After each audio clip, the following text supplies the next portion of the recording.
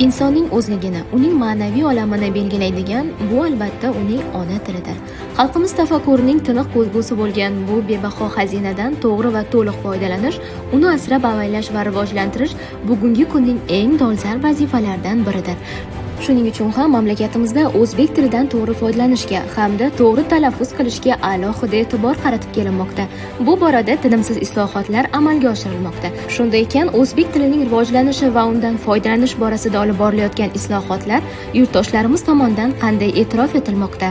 Til bayrami barchamizga muborak bo'lsin va Navoiy Hazrat aytadiki, ko'ngil mag'zaning qulfi til va ul mag'zaning kaliti so'z bil deydi. Ya'ni har bir yozuvchi shoirlar har qanday bir o'zining o'quvchisini kitobxonga, qalbiga yo'lni albatta so'z bilan topadi. Kafkaning yaxshi bir gapi bor, meni vatanim bor deydi. Bu tilim.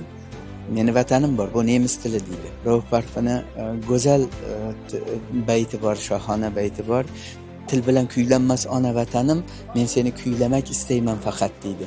Ya'ni bu til millat degani, til bu vatan, til bu xalq. Mohiyatan til bu hamma narsa. Ya'ni hamma narsaki millati ma'naviy hayoti bilan bog'liq, ruhiy hayoti bilan bog'liq. Asl o'zak bu til. Bayram bilan barcha yurtdoshlarimizni tabriklaymiz, chunki 21-oktyabr o'zbek tili bayrami kuni.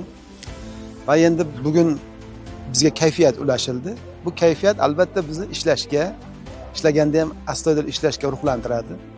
Va shu o'zbek tilini ilmiy tadqiq qilish yo'lida va o'zbek tilini hali tadqiq qilinmagan, hali ko'z tushmagan, hali qo'l yetmagan jihatlarini ochib berib, o'rganib, xalqimizga ko'rsatish istagi bor bizda va bu istak bizga doim kuch-quvvat beradi. Umumiy o'rta ta'lim maktablarimizda, maktabgacha ta'lim tashkilotlarida har yili juda katta bir tayyorgarlik bilan, juda bir ko'tarinki kayfiyatda o'tkaziladi. Bugungi kunda umumiy o'rta ta'lim maktablarida, maktabgacha ta'lim tashkilotlarida mana shu ma'naviy ma'rifiy tadbirlarni o'tkazish bilan bir qatorda shu bolajonlarimizga, o'quvchilarimizga avvalambor o'zbek tilini qadrlash, tilimizni e'zozlashga qaratilgan ustozlarimiz tomonidan shu kelajak soatlarida va boshqa ma'naviy ma'rifiy soatlarda ko'p bor aytib o'tiladi. Tilimizni bor jozibasi, tilimizni butun bo'y basti bilan tilimizni asrash, uni avaylash, qadrlash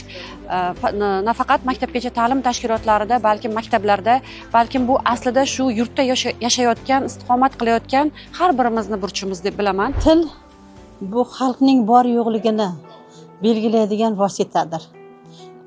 Navoiy Hazratim aytadiki, insonni so'z ayladi judo hayvondan, bilgilki gavhari sharifroq yo'q ondan.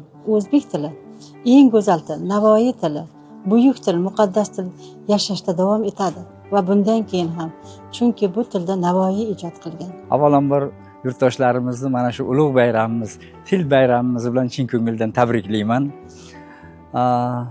Bu kunlarda ota-bobolarimiz, ajdodlarimiz juda orzu qilishgan, kundaga boshlarini qo'yishgan, qonlar to'kishgan shu kun uchun shu tilimizni emin-erkin ishlatish orzusida. Biz ularning orzulari ushalgan zamonda yashayapmiz. Endi bitta mas'uliyat bor. Har yili til bayrami arafasidagina tilimizni eslab qolmaylikda. Har kun shu uchun kurash davom etsin. Mashinamiz bor, boyligimiz bor, katta-katta hovlimiz bor, mansabimiz bordir. Hammasida boyligimizni, o'zimizdagi bor narsani ko'rsatishimiz mumkin. Va vaqti kelganda shundan sal uzoqlashsak, biz ko'chada ketayotganda yo bo'lmasa cho'lda turganda yo yo'lda yurganda bu narsalar bizdan qolib ketadi. Shu bittagina boyligimiz bor, o'zimiz bilan doimo birga yuradigan boylik bu aql va til. Tilimiz shirin bo'lsa, ravon gapirsak, demak har doim o'zimizni hurmat topamiz. Til milliy tafakkur hosilasi, o'tmish va bugunni bog'lab turgan mustahkam rishta. Undan har bir